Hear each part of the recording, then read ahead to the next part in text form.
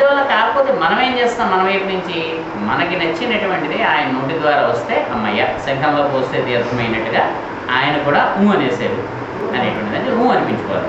అందుకే ఇది ఇంత చెప్పి నేను కార్పణ్యం అనేటువంటి దోషం చేత దెబ్బ తింటున్నటువంటి వాడిగా ఉన్నాను, అందుకని నాకు ఇలా అనిపిస్తోంది, నాకేం తోచడం లేదు, నువ్వే చెప్పే అంటూ కూడా మళ్ళీ ఏమనంటే నహి ప్రపశ్యామి మమ అపనుజ్యాత్ యత్ శోకం శోషణం ఇంద్రియాణం. నా ఇంద్రియములన్నింటినీ కంటే నా కాళ్ళని, చేతుల్ని, ముగ్గుని, కళ్ళని వీటన్నింటినీ కూడా అది ఏం చేస్తుంది, కుమిలింపజేస్తుంది, ఉడికింపజేసేస్తుంది. లోపల ఉండేటువంటి ఒక దుఃఖం. ఏమిటి ఆ దుఃఖము? ఒకవేళ కనుక మేము ఈ రాజ్యాన్ని కనుక పొందితే వీళ్ళెవళ్ళు లేకుండా, అంటే వీళ్ళ బాధ అనేటువంటిది లేకుండా వీళ్ళందరినీ కనుక సంహరించి మేము కనుక చేస్తే ఆ రాజ్యం వల్ల మేము ఏమైనా సుఖపడతామా? అయ్యో వీళ్ళందరినీ చంపి దాని మీద కదా మనం దీన్ని అనుభవిస్తున్నాం అనేటువంటి బాధ నాకు ఎప్పటికైనా పోతుందా? ఈ రాజ్యమే కాదు, సురాణం ఆధిపత్యంచాడు. ఒకవేళ రేపు పొద్దున్న ఈ రాజ్యమే కాదురా, భూలోకమే కాదు, మీకు స్వర్గలోకానికి కూడా మీకే ఆధిపత్యం ఇచ్చాము అనేటువంటి మాట వచ్చినప్పటికీ కూడా అదైనా సరే నాకు అయ్యో ఇంతమందిని నేను చంపిన దీన్ని పొందేదిగా అనేటువంటి బాధ నాకు పోతుందా? ఈ ఒక్కటి కూడా ఆలోచించుమా, నువ్వు ఏదైనా చెప్పేట ముందు అనేటువంటి ఉద్దేశంతో చిట్ట చివరికి మాట మళ్ళీ అన్నాడు. ఇప్పుడు సంజయుడు అన్నాడు, ఇలా చెప్పి ఏం చేశాక యవముక్త ఋషికేశం గుడాకేశ పరందప నయోస్య ఇది గోవిందం ఉక్వా తృష్ణీం బహువ.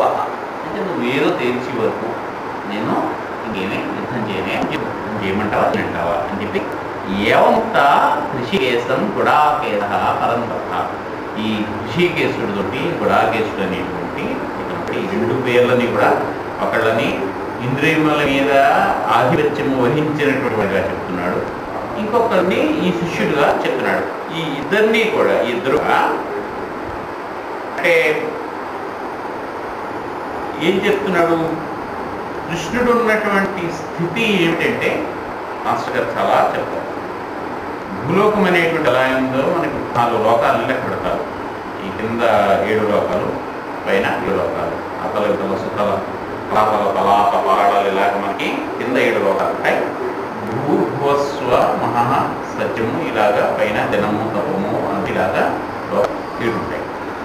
ఈ 14 లోకాలు మనకి చెందినటువంటి సౌర కుటుంబానికి సంబంధించినవి కాబట్టి మనం వాటిని చూద్దాం. ఈ సత్యలోకము కూడా దాటిన తర్వాత ఏదైతే చిట్ట చివర మన సౌర కుటుంబానికి సంబంధించిన మనకు ఉండేటువంటి హైయెస్ట్ ఏదైతే ఉందో నేను అది కూడా దాటిన తర్వాత ఇంకా లోకాలు అలాగా ఉంటాయి. అలాగా లెక్క పెట్టుకుంటూ కనుక వెళ్తే మనకి మనం ఉన్నటువంటి స్థితి నుంచి 72వ లోకం ఏదైతే ఉంటుందో అయినా దానికి గోలోకము అదే వైకుంఠం అని మనం అనుకోవాలన్నమాట. గోవు అనేటువంటి పదానికి వేదంలో కిరణము అనే ఒక అంటే కాంతి, వెలుగు, కిరణము అని అర్థం. అందుకే మనకి కంటికి గోచరిస్తూ ఉంటుంది, దుర్గోచరించింది అంటే కనిపిస్తోంది అనేటువంటి అర్థంలో గోచరిస్తోంది అనే అర్థాన్ని మనం వాడతాం.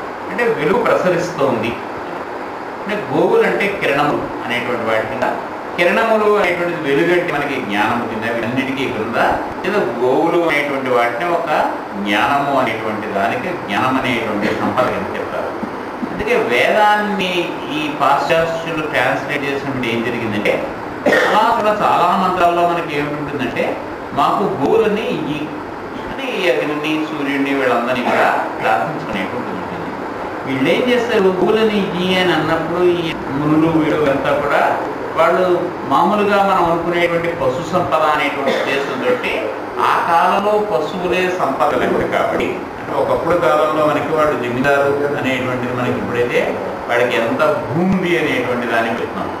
పూర్వకాలంలో అంటే వాడికి ఎన్ని గోవులు ఉన్నాయో దాన్ని బట్టి, అంటే వాడి అధీనంలో 100 గోవులే వాడికి ఒక స్థాయి, 1000 గోవులు వాళ్ళకి ఆయన అధిపతి అంటే అదొక స్థాయి. అంటే వాళ్ళ దగ్గర ఉండేటువంటి గోవులని సంపదగా చూసేవాళ్ళు.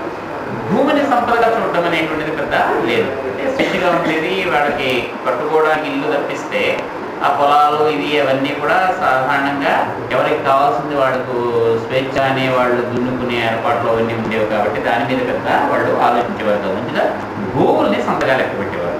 అంటే వీళ్ళందరూ కూడా గోవులు అనేటువంటి వాటిని అంటే మామూలుగా మనం ఉండేటువంటి పశు సంపద అనేటువంటి దాన్ని కోరుకుంటున్నాం అని చెప్పి వాళ్ళు భావించి అలాగే ట్రాన్స్లేట్ చేశారు క్యాటిల్ అనేటువంటి దాంట్లో. కానీ వాడు అడిగినటువంటిది గోవు అనేటువంటిది అంటే జ్ఞానం అనేటువంటి సంపద మాకి, జ్ఞానం అనేటువంటి సంపద మాకు ఇవ్వండి అని చెప్పి వాళ్ళు కోరుకున్నారు. అంటే ఈ రకంగా ఏంటంటే వేదంలో ఉండేటువంటి అనేకమైనటువంటి పదాలకి వేరే వేరే అర్థాలు మనకి ఉన్నాయి. ఈ గోలోకం అనేటువంటిది కూడా అంతే, అది ఒక కాంతిమయమైనటువంటి లోకం. మనం ఉండేటువంటి వాడికంట పైలోకానికి వెళ్ళేది కూడా అంటే ఒక రకంగా మనకి చెప్పాలంటే ఈ పైలోకాల్లో ఏమిటి ఉంటుంది అంటే ఇక్కడ ఎలా ఉంటుందో సుమారు అక్కడ కూడా అలాగే ఉంటుంది. అంటే ఇక్కడ చెట్లు ఉంటాయి. ఇక్కడ మనకి ఎలాగైతే అంటే పైన ఉండేటువంటి కొన్ని లోకాల్లో ఇక్కడ ఎలాగైతే మనకి సూర్యోదయము, చంద్రోదయము, లేకపోతే ఈ నదులు ఇవి ఉంటాయో అక్కడ కూడా అలాగే ఉంటాయి. కానీ వాళ్ళు ఏం చెప్తారంటే ఈ సూర్యోదయం అనేటువంటిది కానీ లేకపోతే చంద్రోదయం అనేటువంటిది కానీ మనం చూసేటువంటి దానికంటే ఇంకా చాలా మనం చూసేటువంటిది చాలా దాంతో పోలిస్తే చాలా ముతకగా ఉన్నట్టుగా లెక్క. అంటే ఒక్కసారి మనం అంతకంటే ఉత్తమమైనటువంటి చూడడంతో వరకు మనం ఏం చేస్తాం, ఇదే చాలా గొప్పదైనటువంటిది అనుకుంటాం. ఏదో ఏ బట్టల షాప్కి వెళ్ళినప్పుడు దాన్ని ఇలా పడుతుంది ఎంత ఉందో చాలా అనుకుంటాం. ఇంకా అంతకంటే గొప్పదైనటువంటిది తెలియనంత వరకు మనకు ఇదే చాలా గొప్పది అని అనిపిస్తుంది. పైలోకాల్లోకి వెళ్ళే కొద్ది ఎలా ఉంటుందంటేట మనం చూసేటువంటి రంగులు ఏవి ఉంటాయో ఆ రంగులు కూడా చిన్న వెలుగు ఉంటాయి. అంటే నిజమైన ఎరుపు చూడాలంటే అక్కడ ఉంటుంది, నిజమైనటువంటి నీలం చూడాలంటే అక్కడ ఉంటుంది. అంటే మనకి భూలోకంలో మనం చూసేటువంటి వాటన్నిటికంటే కూడా మనకి ఎలాగైతే ఇంపోర్ట్ ఎక్స్పోర్ట్ క్వాలిటీ అని చెప్తాము, అంటే చాలా బెస్ట్ క్వాలిటీ అనేటువంటి వాటికి చెప్తాము. ఆ రకంగా పై ఉండేటువంటి లోకాల్లో మనం చూసేటువంటి వస్తువులు, మనం చూసేటువంటి ప్రకృతి ఏదైతే ఉంటుందో దానికి ఇంకా ఇంకా అనేటువంటి తెలుస్తుంది. అది చూసి వచ్చినటువంటి వాడికి భూలోకంలో ఉండేటువంటి గురిస్తే ఇంత ముతగ్గా ఉన్నాయి ఏమిటి, ఇంత మాపుగా ఉన్నాయి ఏమిటి అని అనిపిస్తుంది. అంటే అంత ఫైన్గా ఉండేటువంటి లోకాలు. అందుకని ఆ గోలోకం అనేటువంటిది సంపూర్ణంగా కాంతివంతమైనటువంటి లోకం, కాంతితో వెలుగుతో నిండి ఉంటుంది. అక్కడ ఆయన కృష్ణుడు ఉంటాడు. అక్కడి నుంచి ఇదికి వస్తాడు. ఆయనకంట కింద లోకాల్లో ఈ మిగిలినటువంటి ఆయన దాసులుగా చెప్పేటువంటి వాళ్ళు వీళ్ళంతా చెప్తారు. వైష్ణవమైనటువంటి సాహిత్య ప్రకారం ఏంటంటే ఆ గోలోకంలో కేవలము శ్రీకృష్ణుడు, రాధ వాళ్ళిద్దరే